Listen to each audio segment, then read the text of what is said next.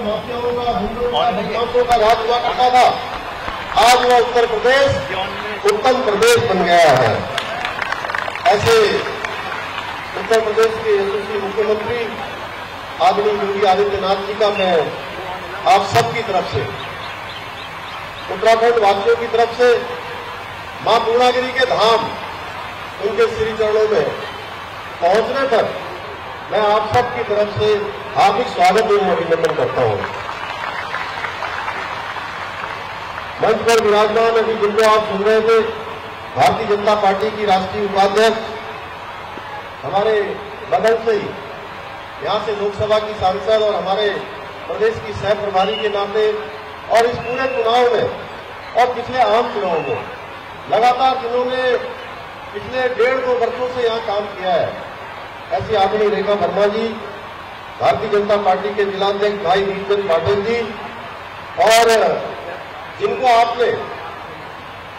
इस विधानसभा में 2017 में भी जिताया था और 2022 में भी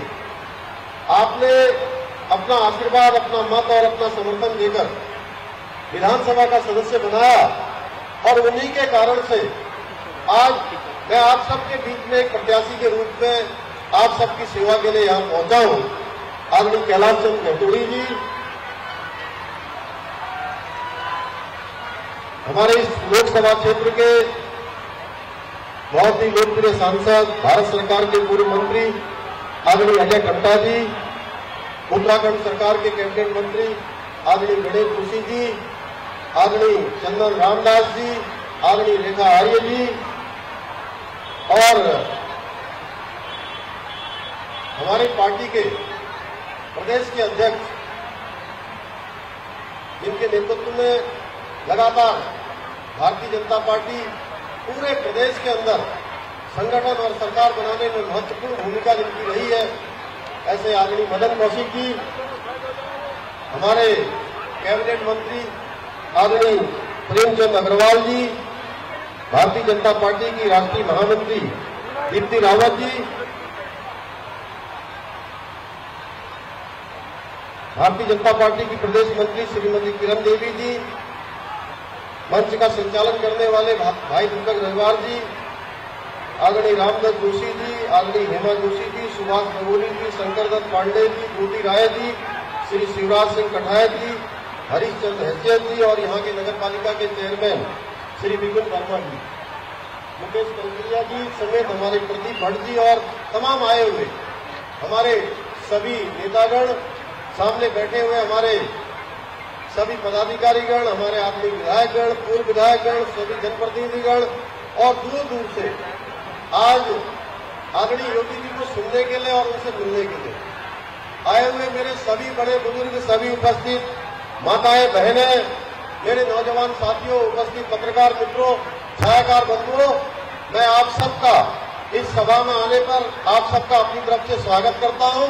आप सबका अभिनंदन करता हूं, और एक बार मैं चाहूंगा कि जोरदार तालियां बजाकर सारे लोग आदरणीय योगी जी का दोनों हाथों से करतल ध्वनि से ताली बजाकर उनका स्वागत करेंगे।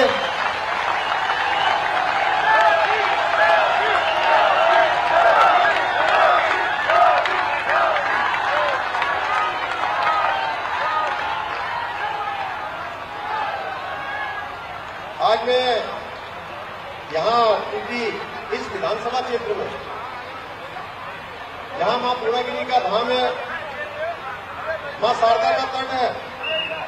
और बगल में आदरणीय महायोगी गुरु गोरखनाथ जी का स्थान भी है, और उनका चंपावत क्षेत्र का संबंध सतयुग से है, उनकी जगाई धुनी आज भी हम सभी लोगों को सत्य और धर्म के मार्ग पर चलने को प्रेरित कर रही है। भाइयों बहनों, मैं अभिभूत हूं आज महाराज जी के यहां आगमन पर। आप जब पिछले दिनों 3 दिन के प्रवास पर उत्तराखंड आए थे, तो होता क्या है कि अक्सर हम लोग निवेदन करते हैं कि आप एक दिन यहां आ जाइए, और हर कोई चाहता है कि योगी जी उनके क्षेत्र में पहुंचे। मैं भी प्रत्याशी हूं, मेरे मन में भी इच्छा थी, लेकिन मैं, चूंकि वो अंतर्यामी भी है, उन्होंने स्वयं ही मुझसे कहा कि मैं एक दिन गोरखनाथ जी के वहां आना चाहता हूं, एक दिन मैं चंपावत आना चाहता हूं। और मैं बताऊं, आप तो चुनाव के लिए आए हैं, अगली बार वो बनबसा और महायोगी गोरखनाथ जी की भूमि पर भी उन्होंने आने का वायदा किया है।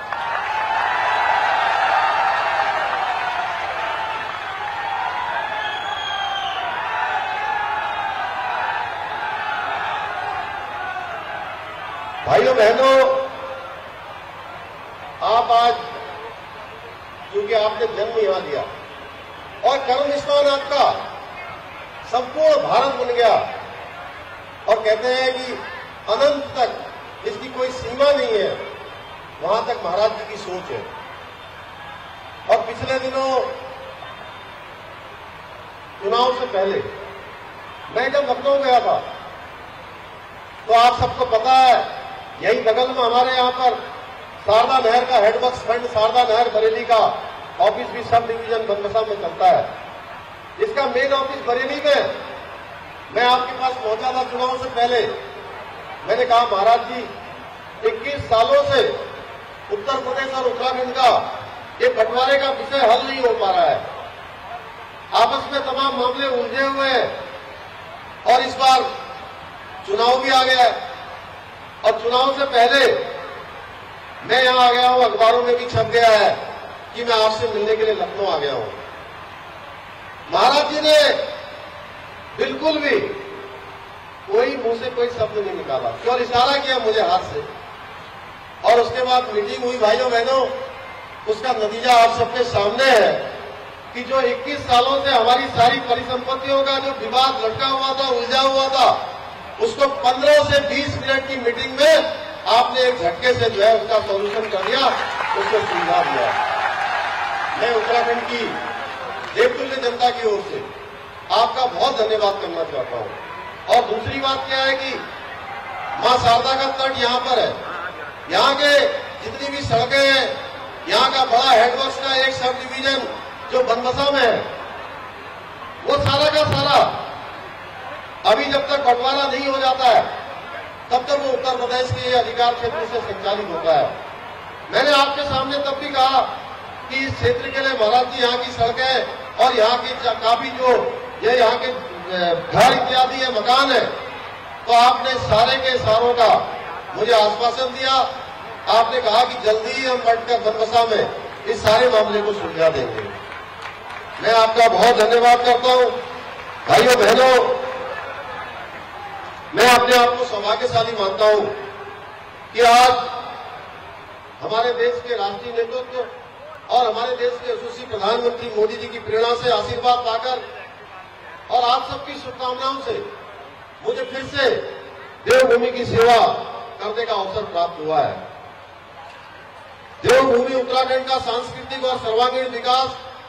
हमारी पहली प्राथमिकता है।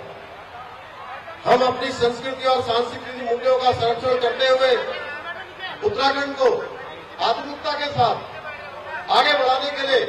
दृढ़ संकल्पित है। आप देखिए, देश के अंदर आज मोदी जी के नेतृत्व में जैसे धारा 370 देश के अंदर समाप्त हुई, क्योंकि हम उत्तराखंड के लोग हैं और उत्तराखंड के प्रत्येक परिवार से कोई न कोई सेना के अंदर काम करता है। भाइयों बहनों, अगर हम कश्मीर की बात करें, जिस कश्मीर के अंदर 2 विधान, 2 संविधान और 2 निशान चलते थे, उसको एक झटके में समाप्त करने का काम, पूरे देश के अंदर कश्मीर को एक समान बनाने का काम किसी ने किया तो भारत मां के लाल नरेंद्र भाई मोदी ने किया।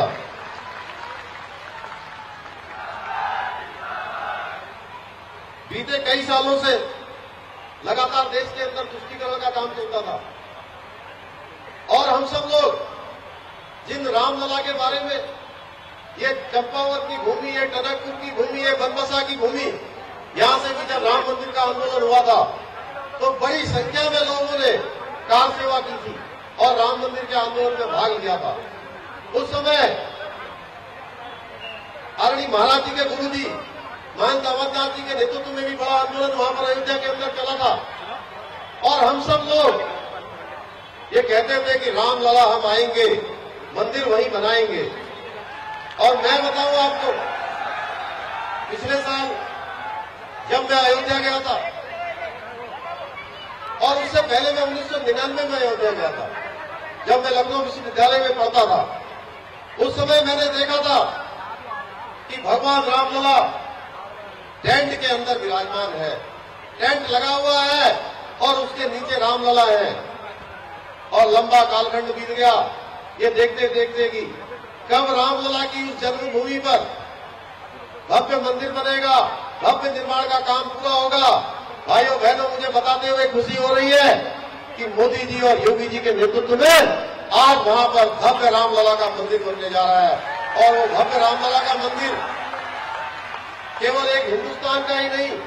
बल्कि दुनिया का सबसे बड़ा अध्यात्म और धर्म का केंद्र बनने जा रहा है।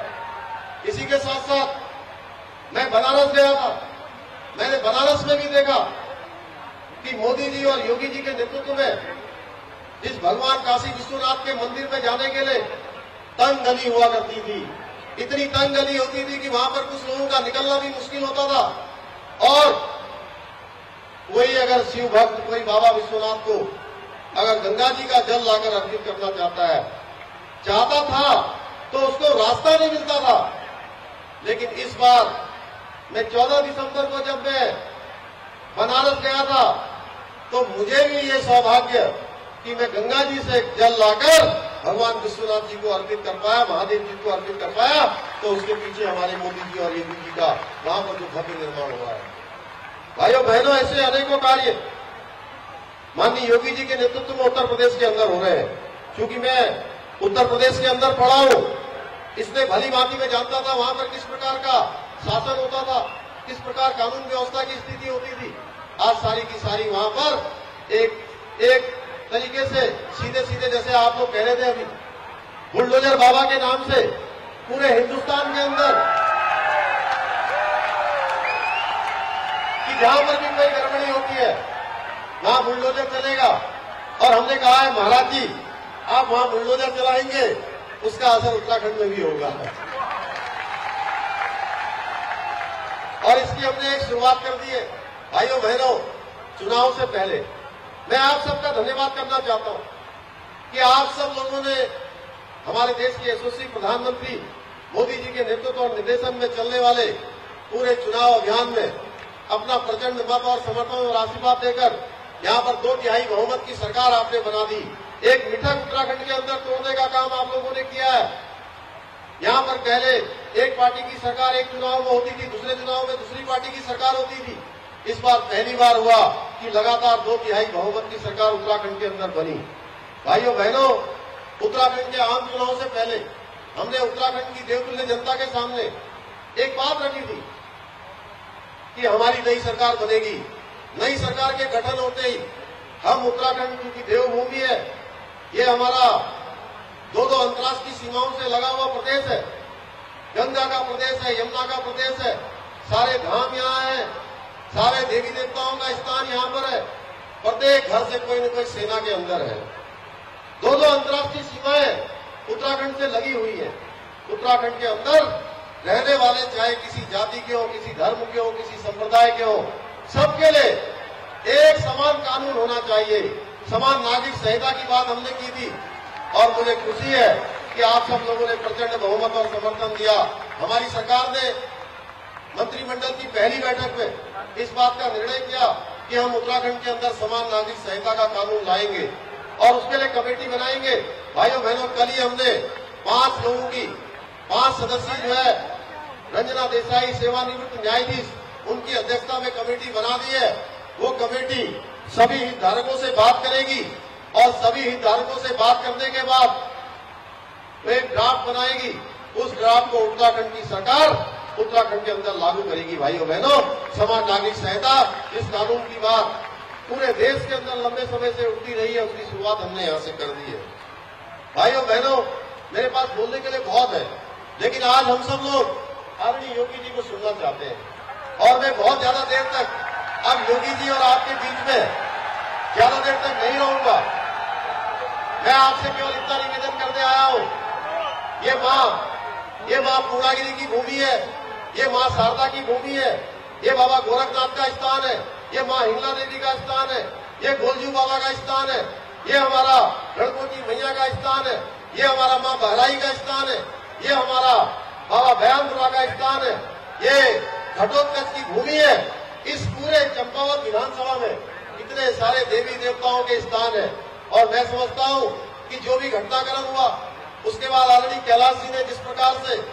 मुझे यहां से चुनाव में आने के लिए जिस प्रकार की एक हट पकड़ ली थी, और मेरा भी मन था, क्योंकि मैं बचपन से मां पूर्णागिरी आता रहा हूं, इसी शारदा मैया के किनारे, महाराज जी की शारदा मैया के बारे में मैं गंगा जी के कार्यक्रम में उल्लेख कर रहा था। ये वही शारदा मैया है जिसके बारे में एक और कार्यक्रम में मैंने महाराज जी को बताया था वहां हरिद्वार में, कि दिन में 12 बजे जब स्कूल से आने के बाद, जब प्राइमरी पाठशाला में हम पढ़ते थे, पूरे दिन भर मां शारदा में गोता लगाते थे, आधा घंटे पानी के अंदर रहते थे, उसके बाद फिर बाहर आते थे, बाहर आने के बाद रेत पोत में उलट पुलट होने के बाद आधा घंटा जब गर्म हो जाता था फिर से शारदा मैया में गोता लगाते थे। ऐसा एक बार नहीं, निरंतरता से कम 5 घंटे प्रत्येक दिन करता था मैं पूरे साथियों के साथ।